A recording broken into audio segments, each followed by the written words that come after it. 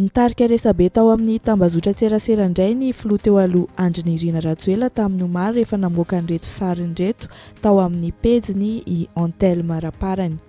Arak'izao hitantsika tamin'ity ranty ity izao dia hoy izy hoe hitako a Dubai. Ny eo amin'ny sary dia tsy iza fa ny filoha teo aloha Andry Rajoelina sy ny vadiny Mialy Rajoelina. Raha ny endriny ivelany dia toa milamin-tsaina sy miramirana ery izy mivady mandeha mitsangatsangana. Maro dia maro moa ny pejina naparitaka an'ireto sary reto avy hatrany ka maro ihany koa noho izany ny fanehoan-kevitra mahakasika an'izy reto. Ohatra amin'ny fanehoan-kevitra amin'izany izao ny voalazan'ity mpampiasa Facebook iray ity hoe manala rangahy ny enjana rehefa avy nangalatra ny fananany gasy milamina ve ny sainy Zanahary eo ianao no andringana ny ratsy fanahy hoy izy. Mitovitovy amin'izany ihany koa ity fanehoan-kevitra amin'ny teny frantsay ity hoe après avoir foutu Madagascar et son peuple entier dans une profonde il se la coule douce avec les derniers des contribuables dia nitohizany moa zany aveo hoe araroty fefa ho avy amin'ny lany tsy mety. Tao ihany koa no nanome ny analiziny manokana ohatra zao ity anankiray ity hoe zarany aza afaka moramora teto hiadanany amin'ny vola sy ny harembe ary io rarara Vatomanga ao Maurice io koa dia torak'izany koa ny fahitana azy fa atao fandrebirebena fotsiny no mipetsaka. Dia andalondalo fotsiny ao ve Macron raha tsy efa nisy resaka voapasipasoka tany hoany. Amin'izao dia ny frantsay indray izay naka n'Andriamatoa Andry Rajoelina teto ihany indray no milaza fa hanampy an'i Madagasikara hikarakara fifidianana. Izany ve dia mba ho lôjika fa hita ho misy zavatra tsy mazavazava efa ketrehana no hany. Tao kosa no nisangisangy ohatran'ireto hoe balado en amoureux kosa izao comme si de rien n'était à l'air heureux izany. Ary betsaka koa no natsikatra fa tsy misy mpiambina mifangaro amin'olona rehetra sy ny sisa ny filoha teo aloha Andry Rajoelina sy ny vadiny. Ary ny farany dia maro ihany koa ny antso hoe miverena fa ny jiro anie mbola tapaka foana hono. Ka manoloana an'izay resaka jiro tapaka izay indrindra ary. Ny fitsidihana aloha nataon'ny filoham-panjakana nisy ny tetsy Ankatso nisy ny teny an-tanety be ilafy mikasika ny hoe famahana ny olan'ny herinaratra sy ny hoe politika momba ny angovo dia efa mazava zany aloha zany hoe politika amin'ny resaka iadina amin'ny délestage dia miroso makany amin'ny hoe fanitarana amin'ny tranom-panjakana sy ny maro samihafa tsika mba ahafahana hoe mampiena ny vesatra ho an'ny jerama dia natomboka aloha zany tamin'ireo hoe université-mpanjakana izay tsy neny Ankatso ihany no azo an'izay fa hoe saika manirana ny nosy zava-dehibe zany ary rehefa mitombo ny hoe famokarana miainga amin'ireny dia miaina ho azy ny hoe vesatra amin'ny jerama izay délestage lava hatreto aloha tsy midika hoe tsy ilaina ny an'ny jerama fa miroso kelikely tsika makany amin'ilay hoe politika ny angovo dia somary miditra amin'ny politika satria nisy alay teny tanety be teo ilay hoe fanaterana an'ireo transformateur misy 9 noho ny hoe fipoahana re matetika sy ny hoe olana isan'ny ambara fa mitarika an'ilay hoe blackout na ny ice-pit matetika dia nisy zany fanomezana an'izay ary nisy ny fakana toky hoe tena mba tsy tokony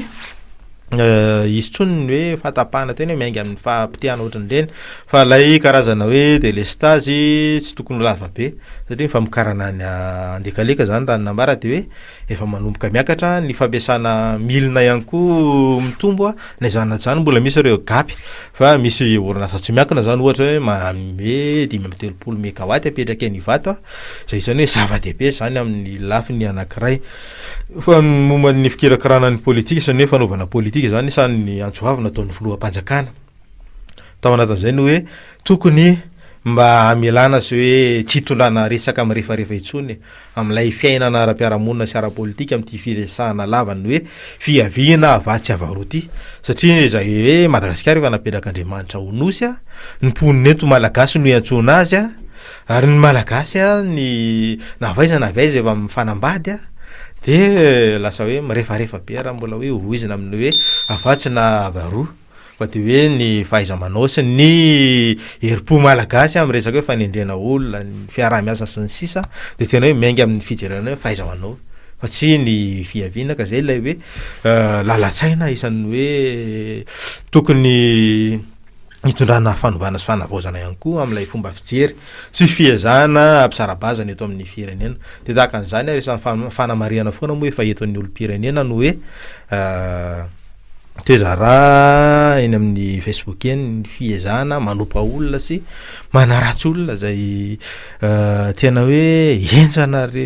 sanatria ohatrany hoe lasa tsy haitsika malagasy ve no mampiasa an'ilay fahalalahana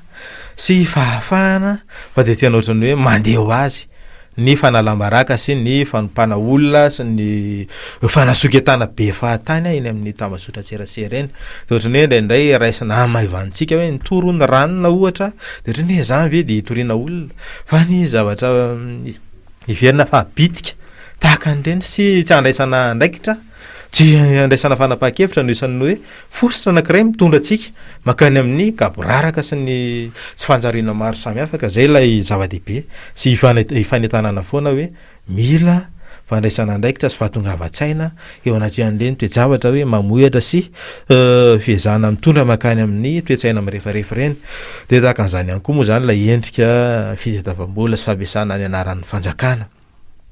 zay misy ny manao an'izany hoe resaka fionana amin'ny filoham-panjakana na prime ministre de misy mitonona sy milaza fa de hoe akaiky ny fanjakana afaka mampiona afaka mampiditra amina asa-panjakana de mitaky vola ano any de zay lay anankiray hoe sambory raha toa ka misy tratranareo manao an'izay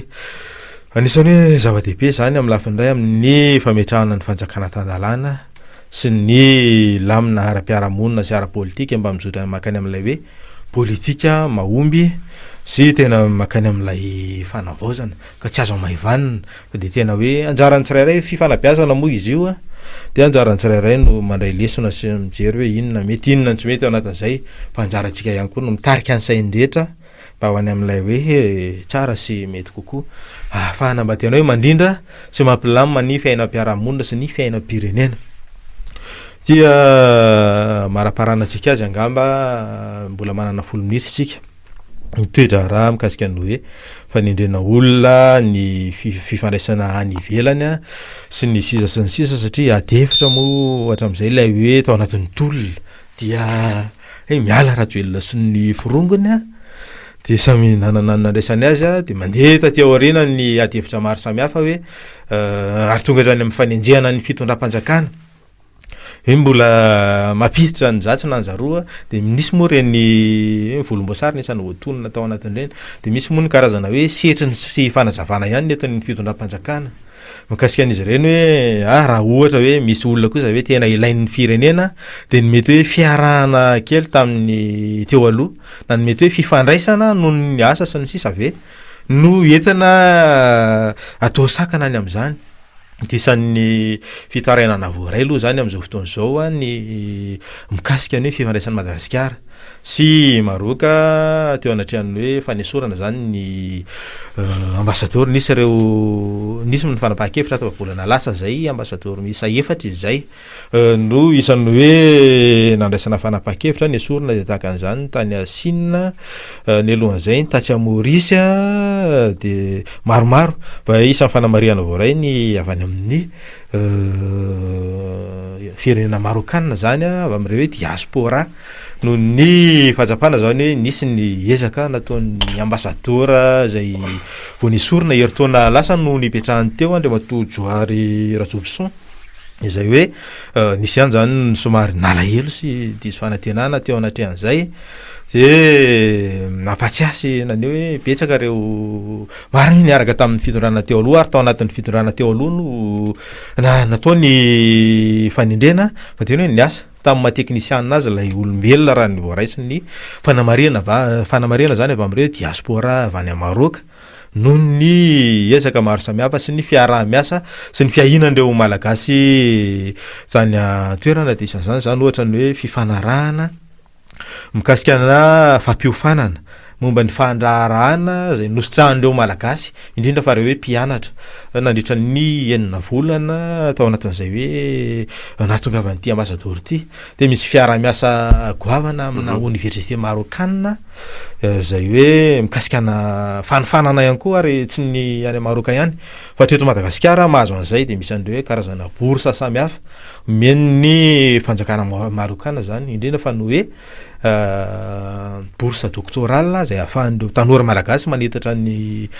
fahaizana amampahalalana fiara-miasa eo amin'ny firenena rotota. De zay nisany hoe fanamariana zany hoe sy antsoavo fiangaviana ataon'ireo diaspora zay any Maroc am'izao fotoana zao hoe misy ny fanapahan-kevitra zany politika moa izy io hoe tsy any anaty le fanomezantsiny ny fitondram-panjakana. Misy ny hoe fanapahan-kevitra zay noraisan'ny fitondram-panjakana nanaisitra sy nanalan'ny ambassadeur fa zay naizana zany hoe ao anatin'ny